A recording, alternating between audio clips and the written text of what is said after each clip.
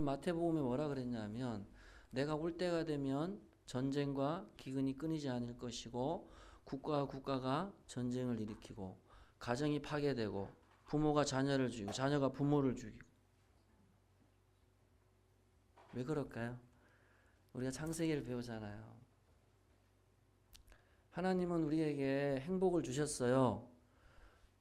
저와 여러분들이 이 세상을 행복하게 살 수 있는 은혜를 주셨는데 사단 때문에 그 사단이 뱀의 모양으로 이 땅에 와서 우리 인간의 모든 행복을 다 빼앗아가 버렸습니다.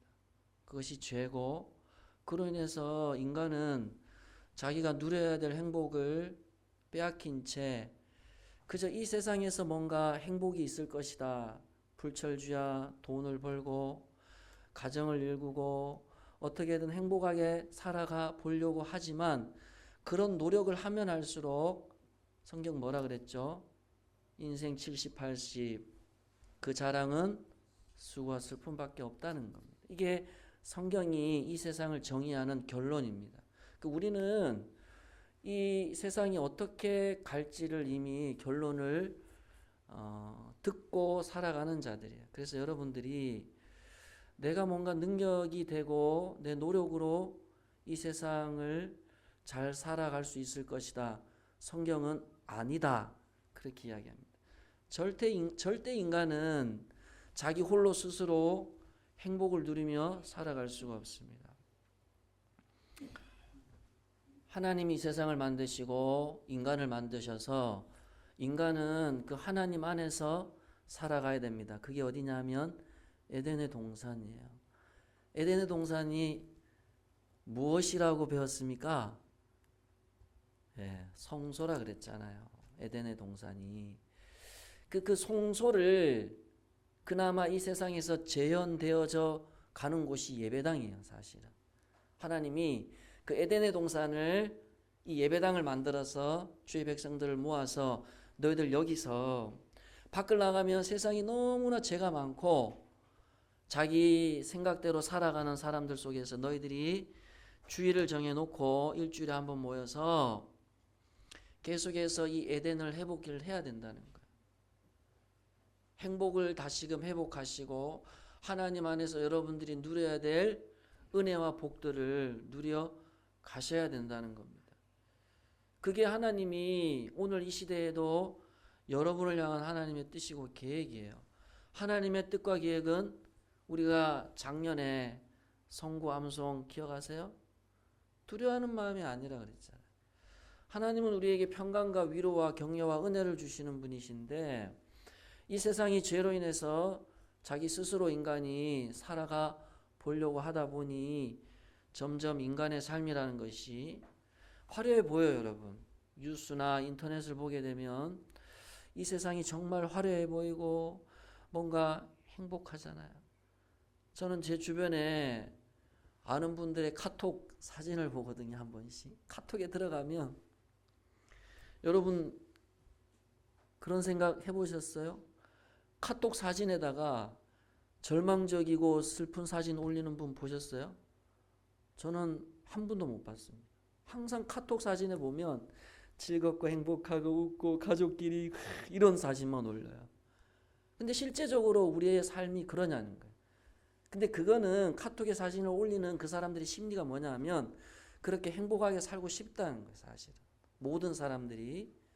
그렇게 사람들이 볼 때에 나는 행복한 사람이야. 그렇게 보이고 싶은 욕구가 모든 사람들 안에 있다는 거죠. 근데 정확하게 말하면 하나님 없는 인간은 절대 행복해질 수가 없습니다. 그래서 하나님이 죄를 지은 인간은 이 성소에 하나님이 계신 성소에 있을 수 없어요. 천국이 하나님의 것이죠. 천국은 죄가 있는 사람이 들어갈 수가 없는 거예요. 그래서 하나님 어떻게 했습니까? 인간을 쫓아낸 거예요. 에덴 동산에서. 더 이상 하나님 안에서 누려야 될 은혜와 복들을 인간이 누릴 수 없는 거예요. 근데 인간뿐만이 아니고 자연세계까지 다. 뉴스 보세요. 환경오염이 갈수록 더 좋아진다는 소식 들은 적 있어요? 더 안 좋아지잖아요. 환경오염이. 제가 비판적으로 얘기하는 게 아니고 성경의 정의대로 이 세상은 자꾸 안 좋아져 간단 말이에요. 주님이 오실 때가 되면은 자꾸 피폐해져 가고 오염되어져 가고 더 사람들의 마음이 인색해지고 욕심으로 가득 차고 강팍해져 가고 갈등과 분열이 더 심화되어져 간다는 거예요. 그게 성경이 말하고 있는 우리가 살아가는 이 피조 세계라는 거예요. 그러니 여러분들이 지난주에 나누었지만 이 피조 세계를 보면서 99%가 다 절망이에요. 사람들이 다 절망을 이야기합니다. 그러나 예수 믿는 사람은 항상 그 절망 속에서 단 1%의 무엇을 얘기해야 된다고요? 소망을 얘기해요. 가능성을 얘기를 해야 돼요. 항상 예수 믿는 사람. 왜? 예수를 믿기 때문에. 세상 사람들이 다 안 좋게 얘기해요. 가족이 안 좋다. 교회가 안 좋다. 부모가 안 좋다. 자식들이 안 좋다. 다 자기가 힘든 얘기들을 합니다. 다 얘기를 여러분 들어보세요. 다 자기 속상하고 억울한 얘기하지 자기 좋은 얘기 잘 안 합니다. 여러분. 왜냐하니까 좋은 것도 있겠지만 아픔과 슬픔이 더 크기 때문에 사람들이 자기가 누리고 있는 복들은 잘 말을 안 합니다.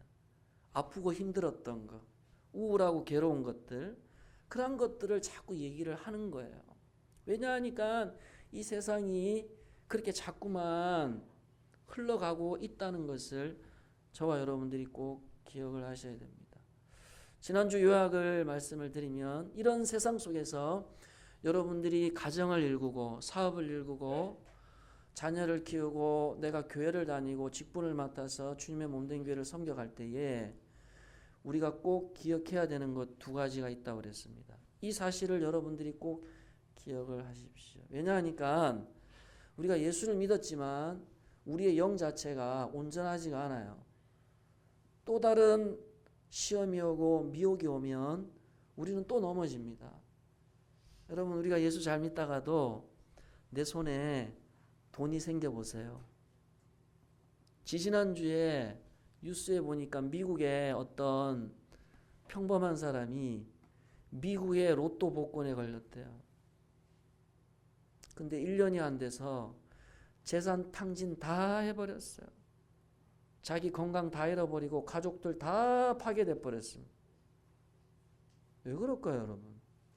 왜 그런 일이 일어날까요? 돈이 행복을 준다고 생각을 한 거예요, 사실은. 그러니 저와 여러분들도 자기 자신을 과신하지 마세요. 내가 주님 정말로 가난하고 힘들 때는 주님을 붙들고 산다고 하는데 내 손에 돈이 들어오면 정말로 여러분들이 지금처럼 주님을 잘 섬긴다는 보장을 어떻게 하시겠어요? 그래서 가난도 하나님이 주시는 은혜인 거예요. 육신의 질병도 하나님이 주시는 은혜입니다. 왜냐하면 하나님 우리 본성을 너무 잘 알고 있거든요. 조그만 빈틈이 있으면, 조그만 삶의 여유가 있으면 우리가 하나님을 향한 초점이 어디로 가겠습니까? 세상으로 간단 말입니다. 그래서 아담도 결국은 하나님이 아내도 줬고 자식도 줬어요. 에덴 동산도 줬습니다. 마음껏 누려라. 근데 마음껏 못 누리는 거, 인간의 그 욕심이라는 것은 조금만 더 있었으면 좋겠다. 어느 기업의 회장님의 실제적인 고백이에요. 조금만 더 있었으면 좋겠다. 그래서 아담이 자기가 가정이 이렇게 깨지고 아내가 저렇게 죄 가운데 빠지고 자녀들이 오늘 말씀에도 보면 예배자가 안 되잖아요. 하나님과 관계가 다 끊어져 버린 거예요. 그때에 여러분, 저와 여러분들이 가정을 회복하고 내 신앙을 회복하는 가장 결정적인 건 뭐냐면 책임을 지시란 말이에요. 책임. 왜냐하면 내가 잘못한 것도 없고 억울한 게 많은데 왜 자꾸 내보고 책임을 지라 하는데, 책임을 누군가는 져야 되잖아요. 가장이 책임을 지면 존경해요. 가족들이 존경하고 성도들이 존경합니다. 하나님이 그 가장의 신앙을 회복시켜줘요. 가족들의 신앙을 회복시켜주고 교회의 신앙을 회복시켜줍니다. 그렇지 않습니까? 그리고 또 하나가 뭡니까? 앞에 책임 전가하지 마십시오. 내 인생이 왜 이렇게 됐는가? 누군가 탓하지 말란 말이에요. 자꾸 핑계 대지 마시고 변명하지 마시고 거짓말하지 마시고 솔직하게 주님, 아담이 어떻게 고백해야 된다고요? 죄송합니다. 제가 저만 생각했습니다.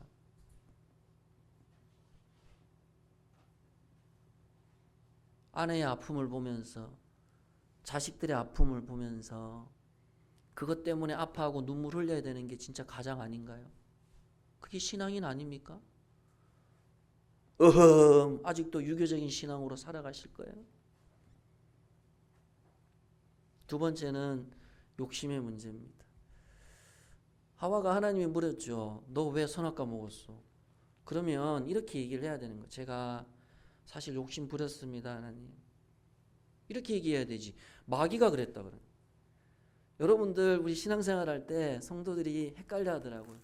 물론 우리의 삶의 슬픔과 고난 다 마귀가 주는 거 맞아요. 근데 마귀는 우리의 뭐를 가지고 유혹을 합니까? 우리 안에 있는 욕심, 정욕, 이생의 자랑, 우리 안의 실수와 부족을 통해서 마귀가 역사한단 말이에요. 결정적으로는 마귀가 죄를 짓는 게 아닙니다, 여러분. 마귀는 우리 안에 그러한 욕심을 불어넣어서 우리로 하여금 결정하게 해서 우리가 죄를 짓게 한단 말입니다. 그러니 하와도 뱀 탓하면 안 돼요. 세상이 약해서, 상황이 이렇게 돼서 내가 이렇게 됐다, 그렇게 말씀하시면 안 되고, 제가 욕심을 부렸습니다. 제 실수였습니다. 이렇게 인정을 해야 우리의 신앙이 하나님 안에서 건강하게 자라날 수가 있습니다. 하나님은 소망의 하나님이시잖아요. 여러분들이 뭐 죄를 지어가지고 그 죄를 하나님이 뭐 까발려가지고 너 그렇게 됐어 정죄하기 위해서 하나님이 그렇게 아담에게 하와에게 너 왜 뭐 먹었어 질문하는 거 아니라 그랬잖아요. 어떻게 해요? 아담 왜 먹었어? 그 말이잖아요. 안타까운 마음으로 하나님이 질문하는 거예요. 내가 다 줬잖아. 내가 너한테 다 줬는데 그거 하나 먹지 말라 그랬잖아. 그거 하나 안 먹으면 됐잖아. 하나님의 질문은 이거란 말입니다. 그런 하나님의 마음을 여러분들이 잘 이해를 하셔서 여러분의 가정, 직장, 교회를 섬겨갈 때 교회도 마찬가지예요. 다른 성도 탓할 거 없어요. 내가 기도하지 못했고 섬기지 못해서 교회에 부족한 게 보이는 거예요. 신앙이 없는 사람은 교회에 부족한 게 보이면 비판하는데 진짜 하나님을 섬기는 사람은 교회에 부족한 게 보이면 그것이 내 안에 아픔이 되는 거예요. 눈물이 되는 거예요. 그게 기도가 되는 겁니다. 그게 신앙생활 아닙니까? 그게 예수 믿는 거 아니에요? 다 밖을 나가 보세요. 다 남의 탓. 자기 탓이라고 하는 사람 아무도 없습니다. 자기 탓이라고 하는 사람 아무도 없어요. 그럼 우리 예수 믿는 사람은 하나님이 여러분에게 천국을 주셨고 생명 주셨고 영생 주셨잖아요. 그 받은 은혜, 내가 그것을 누린다고 한다면 좀 내가 잘못을 덜해도 아이고 내가 잘못했습니다. 내가 실수했습니다. 주님 저를 불쌍히 여겨달라고. 그래서 지난주에 그 말씀을 구체적으로 나누지 않았지만 창세기 3장 14절의 말씀에 주님이 여자의 후손을 이 땅에 보내신 거예요. 누구요? 예수님. 인간이 결국 자꾸 핑계를 대고 책임을 전가하는 인간에겐 소망이 없는 거예요. 예수님밖엔 답이 없는 거예요. 예수님밖엔 답이 없는 거예요. 예수님을 믿지 않으면 인간에게는 소망이 없습니다. 소망 없어요. 부모가 여러분의 인생 책임져 줍니까? 자식이 여러분의 인생 책임져 줍니까? 남편이 아내가요? 다 책임 전가하고 남의 탓이라고 얘기하는데 인간은 그 어떤 인간도 내 인생을 책임져 주는 인간은 없습니다. 이 세상에. 단 하나 유일한 인간 예수님밖에 없어요. 그래서 여러분들이 누구를 붙들어야 된다고요? 가정을 세워갈 때, 교회를 세워갈 때 예수님 붙드세요. 또 여러분이 한 주간 살아가시면서 우리가 알고도 짓고 모르고도 죄를 짓잖아요. 우리의 눈으로 죄를 짓습니다. 귀로도 죄를 짓습니다. 입술로도 죄를 짓습니다. 마음으로 죄를 짓습니다. 이 죄의 문제 어떻게 할 겁니까? 어떻게 할 겁니까? 죄 지으면 에덴 동산에서 쫓겨나야 되는데 여러분 지옥 갈 겁니까? 지옥 가실 생각 있으세요? 없잖아요. 누가 예수 믿으면서 지옥 갈 생각합니까? 그래서 예수님을 붙들어야 되는 거예요. 예수님, 또 제가 죄를 지었습니다. 인정하고 고백하는 것밖에는 다른 방법이 없는 겁니다. 그래서 오늘 말씀에 보면 이제 아담과 하와가 에덴 동산에서 쫓겨나고 하나님이 두 자녀를 줍니다. 가인과 아벨을 줘요. 근데 가인과 아벨을 보면 역시 부모의 죄가 여전히 유전이 되는 걸 볼 수가 있는 거예요. 나중에 가인이 형님이 아벨을 돌로 어떻게 한다고요? 쳐 죽여버립니다. 왠지 아세요? 하나님이 가인의 예배는 안 받고 아벨의 예배를 받거든요. 아니 하나님, 왜 내 예배 안 받습니까? 아니 내가 이거 농사 지어가지고 곡식 좀 하나님 앞에 드렸는데 뭐 좀 부족한 게 있습니까? 자기 딴에는 그렇게 생각했던 것 같아요. 아니 아벨은 튼실한 양새끼 드리고 나는 조금 곡식 요거 조금 드린다고 하나님 속상한 겁니까? 얼굴이 불그락 해가지고 그 안에 시기 질투가 일어나니까 이 분노를 참아내지를 못하는 거예요. 근데요, 여러분 이 세상의 모든 사람들이 다 가인 같은 거예요. 사람들이 분노에 휩싸여 있어요. 분노가 뭡니까 여러분? 하나님을 떠난 인간은 하나님 안에서 만족을 누려야 되는데 그 만족을 누리지 못하기 때문에 하나님과 관계가 깨진 인간의 결과가 뭐냐? 분노. 분노에서 뭐가 나오죠? 화. 분노의 근본적인 뜻이 뭐냐면 불로 태워버리는 거예요. 밖을 나가보십시오. 사람들이 말로 행동으로 다 밟아버리는 거예요. 태워버리는 거예요. 상처 주고 아픔 주고 결국은 다 죽여버리는 거예요. 그래서 저와 여러분들이 왜 내가 예수를 믿고 시간이 가면 갈수록 내 안에 하나님의 은혜가 충만해야 되고 성령이 충만해야 되는 게 맞는 것 같죠. 근데 그 말은 맞을 수도 있고 틀릴 수도 있어요. 왜냐하면 우리가 저 천국에 가는 그 순간까지 우리 안에 재성은 우리를 가만히 내버려 두지 않습니다. 그래서 우리가 밖에서의 경험이나 연륜은 조금 내가 시간이 지나면 경험이 쌓일 수가 있어요. 그래서 농사도 한 번 지을 때는 농사가 안 되지만 두 번, 세 번 지으면 농사 잘 짓잖아요. 그렇죠?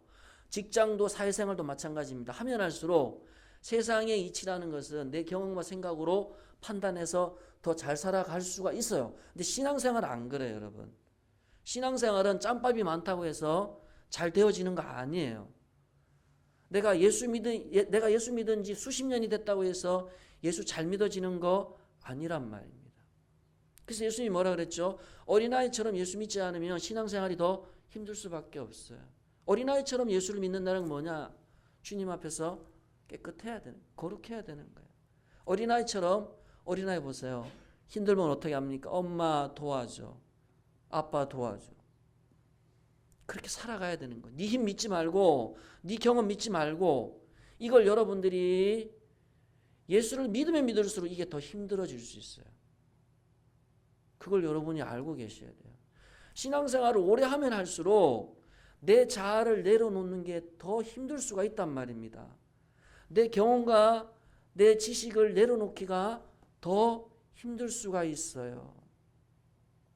그러면 우리가 신앙생활 하면서 자꾸만 내 삶이, 내 자신이 뭔가 은혜가 식어지는 것 같고 감사가 자꾸 사라지는 것 같고 자꾸만 절망이 더 찾아오는 것 같고 우울함도 더 많아지는 것 같고 모든 것들이 자꾸만 내 생각의 기준에 안 좋아진다는 느낌을 여러분들이 가질 때에 여러분들이 반드시 붙들어야 되는 삶의 신앙의 기준이 뭐냐니까 그게 아벨이 우리에게 이야기를 해주고 있습니다.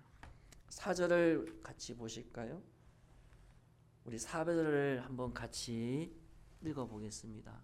시작. 아벨은 자기도 양의 첫 새끼와 그 기름으로 드렸더니 여호와께서 아벨과 그의 제물은 받으셨으나 에덴 동산에서는 제물을 바칠 필요가 없어요. 죄가 없었기 때문에 하나님과 인간이 그냥 소통이 되었습니다. 근데 죄를 짓고 나서 그때부터 인간이 하나님께 나아가려면 제물을 드려야 돼요. 제물. 이게 히브리어로 미한데 예배 중에 소제라는 예배가 있어요. 감사의 예배. 그래서 죄를 지은 인간이 하나님께 나아가려면 반드시 구약시대 때는 제물이 있어야 됩니다. 짐승의 피가 있어야 되고 양의 피가 있어야 되고 염소의 피가 있어야 되는 거예요. 여기 보니까 그 제물을 받으셨다 했을 때 받으셨다는 뜻이 집중해서 하나님이 관심을 가지고 보셨다는 의미거든요. 여러분, 우리가 이 세상을 살아가면서 반드시 저와 여러분들이 타협하지 말아야 될 신앙의 원리가 뭐냐면 예배의 삶입니다. 예배의 삶. 그래서 히브리서 11장 4절에 보게 되면 하나님이 아벨의 제사를 왜 받으셨는가?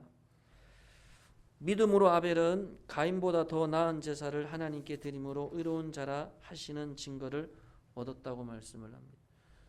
왜 하나님이 아벨의 제사를 받고 가인의 제사는 안 받았냐면 아벨은 죄를 지었지만 믿음으로 하나님 앞에 예배를 드렸다는 것. 다시 말하면 예수님의 보혈의 공로로 자기 죄가 용서가 받고 내가 하나님의 자녀가 됐다는 그 구원의 감격과 은혜들을 예배를 통해서 계속해서 누려갔다는 겁니다.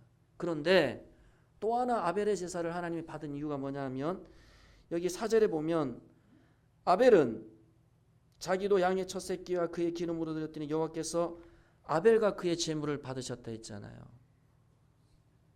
아벨의 제물을 받으셨다는 것이 아니고 아벨과 그의 제물을 받았다는 것은 아벨이 이게 주일 예배입니다. 하나님이 주일날 드리는 제물만 받은 게 아니고 아벨이라고 하는 삶의 그 살아가는 삶의 현장까지도 하나님이 받으셨다는 거예요.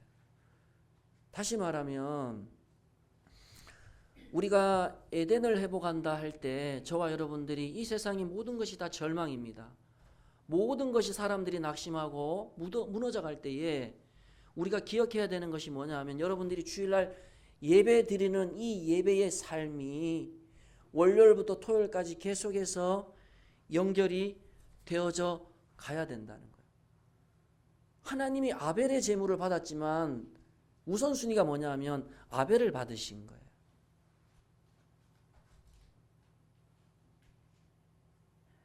여러분, 가정을 세워가기 얼마나 힘드세요?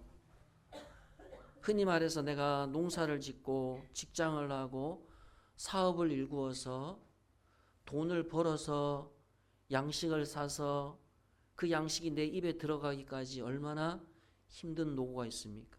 근데 성경은 그 노고 자체도 죄의 결과라고 이야기를 합니다. 그럼에도 불구하고 저와 여러분들이 이런 삶이 너무나도 고단하고 힘들수록 하나님과의 그 관계, 아벨은 비록 이 세상이 에덴은 아니지만 성소는 아니지만 자기가 살아가는 삶의 현장에서 예배의 삶을 살아갔다는 거예요. 하나님은 지금도 여기 4절 끝에 받으셨다, 눈여겨보신다는 거예요. 지금도 하나님은 자기에게 예배 드리는 자에 집중하고 계시다는 겁니다. 설거지를 하다가도 하나님을 생각하고 내 삶의 원통과 아픔을 하신 하나님께 기도하는 그 자리가 예배의 자리가 되는 것이고 예배의 삶을 살아가는 것이라 할 수 있어요. 세상 사람들의 억울함과 세상 사람들의 슬픔과 세상 사람들의 비난과 세상 사람들의 그 정죄 앞에 따라가지 마시고 여러분의 삶이 예배가 되시고 여러분이 살아가는 삶의 현장이 예배의 초소가 되시기를 주님의 이름으로 축복합니다. 로마서 12장 1절에 보면 바울이 그렇게 고백을 해요. 그러므로 형제들이 하나님의 모든 자비하심으로 너희를 권하노니 너희 몸을 하나님이 기뻐하시는 거룩한 산 제물로 드리라. 이는 너희가 드릴 영적 예배니라. 여러분, 주일날 여러분 말끔하게 해서 아침에 일어나서 세수하고 옷 단장해서 오시잖아요. 근데 이 주일 예배의 형식과 질서도 중요해요. 그러나 여러분의 삶의 예배가 없이는 하나님이 주일 예배 받지를 않습니다. 하나님이 왜 아벨의 예배를 받았느냐? 아벨의 삶 속에 양을 키워보세요. 양새끼 낳아가지고 그거 젖 먹여가지고 그것을 다시금 성장시켜서 또 새끼를 베게 하고 이런 수고를 아벨이 하나님 앞에서 해 나갔다는 거예요. 예배자의 마음으로. 아이고 이 새끼 낳아서 뭐하노? 돈이 되니 안 되니? 밖을 나가면 모든 것들이 사실은 우리의 마음을 우울하게 만듭니다. 현실이 그만큼 우리에게 강하게 다가온다는 거예요. 가인은 거기에서 넘어진 거예요. 여러분이 밖으로 나가서 가정에서 직장에서 삶의 현장에서 예배자의 삶을 회복해 가셔야 되는 거예요. 예배자의 삶을 살아가는 방법 외에는 다른 방법이 없습니다. 여러분이 예배자가 되지 않으면 또다시 여러분들은 넘어질 거예요. 또다시 세상의 고난과 아픔 속에 불안해하고 염려하고 걱정하고 낙심하고 좌절하며 살아갈 수밖에 없습니다. 하나님 앞에 드리는 영적 예배를 회복하시고, 직장생활 힘드시죠? 축산이나 농가를 일구는 거, 또 살아가는 것 자체가 힘들 수 있어요. 그러나 여러분의 그 억울하고 힘든 삶 속에서 하나님이 여러분에게 집중하고 있다는 사실을 기억하셔야 됩니다. 하나님은 가인에게 집중 안 하셨어요. 하나님은 예배드리는 자에게 지금도 집중하고 계시고 그 예배를 받으신다는 거예요. 한 주간도 내가 서 있는 그곳이 예배 처소이고 내가 찾는 그곳이 예배가 된다는 사실을 기억하시고 예배로 승리하시기를 주님의 이름으로 다시 한번 축복합니다. 그러면서 하나님이 아벨의 제사를 받으셨고 예배를 받으셨지만 아벨의 형 가인의 제물은 받지 아니하셨다고 그렇게 말합니다. 여기 5절에 보면 보실까요? 가인과 그의 제물은 받지 아니하신지라 가인이 몹시 분하여 안색이 변했다 했습니다. 분하다는 것은 제가 앞에서 말씀드렸던 대로 모든 것을 다 태워버리는 거예요.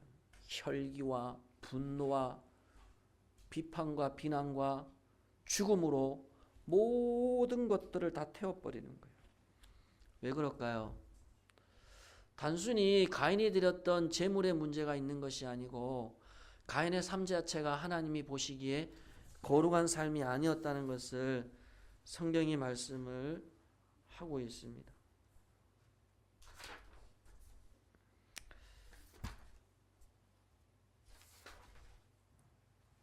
요한일서 3장 12절에 보면 가인같이 하지 말라. 그는 악한 자에게 속하여 그 아우를 죽였으니 어떤 이유로 죽였느냐? 자기의 행위는 악하고 라고 설명을 합니다. 그러니까 하나님이 가인의 예배를 받지 않으셨고 가인이 예배에 왜 실패했느냐? 그의 삶 자체가 악했다는 거예요. 재물에 문제가 있는 것도 아니고 가인이 주일날 드리는 예배에 뭔가 정성이 부족해서도 아니고 가인은 그 에덴의 삶을 회복하지를 못한 거예요. 주일날에 예배당 안에서는 뭔가 예배자의 삶을 살아갔는지는 모르겠지만 하나님은 가인의 삶을 보셨거든요. 7절을 보시기 바랍니다. 창세기 4장 7절에 보면 내가 선을 행하면 어찌 낯을 들지 못하겠느냐. 선을 행하지 않았다는 것. 악한 자의 삶을 살아갔다는 것. 악한 자의 삶을 살아갔다는 건 뭐냐 하면 내가 신앙인으로 산다고 하면서도 세상 사람처럼 살았다는 거예요. 세상적인 방법과 세상적인 수단으로 살았다는 거예요. 세상적인 욕심으로 살았다는 겁니다. 하나님 의지하지 않고 자기 실력 믿고 자기 능력으로 살았다는 거예요. 그러니 그 가인의 예배를 하나님이 받으실 수가 없는 겁니다. 여러분, 우리의 삶은 두 종류입니다. 여러분이 삶 속에서 예배자의 삶을 살아가느냐 아니면 예배의 삶을 살아가지 않느냐, 둘 중에 하나예요. 예배자의 삶을 살아가면 힘들 수 있어요. 어려움이 있을 수 있지만 예배를 통해서 하나님과 소통하고 하나님이 주시는 빛과 은혜들을 여러분들이 누릴 수 있겠지만, 가인처럼 예배에 실패하게 되면, 다시 말하면 여러분이 예배당을 나가서 가정에서 직장에서 하나님을 단 한순간도 잃어버리게 되면, 에덴 동산이 되지 못하게 하면, 쉽게 얘기하면 여러분이 살아가는 삶의 현장이 에덴 동산이 되게 하셔야 돼요. 그게 뭐냐니까, 항상 여러분의 인생의 주인이 하나님이시오. 내 기업의 주인이 하나님이시오. 내 가정의 주인이 하나님이시오. 내 건강의 주인이 하나님이시오. 에덴 동산은 하나님이 주인이라는 거예요. 걱정 근심이 있습니까? 근데 왜 우리가 불안하고 걱정 근심을 가지고 살아갈까요? 여러분이 삶 속에서 예배자의 삶을 살아가지 못하고 있기 때문은 아닙니까? 그럴 수 있단 말이에요. 하나님을 잊어버리고 여러분들이 살아가기 때문에 가인처럼 실패한단 말입니다. 분노내고 화내고 다른 사람 비판하고, 나중에 가인이 어떻게 되죠? 가인의 후손에서 문화와 정치와 사회가 나와요. 이 세상의 방법과 수단이 나온단 말입니다. 가인의 후손들이, 세상이 나온단 말이에요. 바벨론이 나온단 말입니다. 이 성경은 창세기부터 계시록까지 이 두 사람의 세계가 쫙 가는 거예요. 하나님의 나라와 세상, 아벨의 후손과 가인의 후손 쭉 가는 거예요. 그 여러분들은 내가 어느 나라에 있는지를 여러분들이 생각을 하셔야 돼요. 여러분이 세상 나라에 있습니까? 하나님 나라에 있습니까? 그렇죠? 하나님 나라에 여러분들은 서 있는 사람이에요. 그래서 한 주간도 살아가실 때 여러분 삶에 계속되는 고난과 아픔 속에 절망하지 마시고 예배를 회복하시고 삶이 거룩해지시고 주님 앞에서 다시금 승리하시는 우리 희곡교회 모든 성도님들 되시기를 주님의 이름으로 축복합니다. 우리 말씀 생각하면서 우리 기도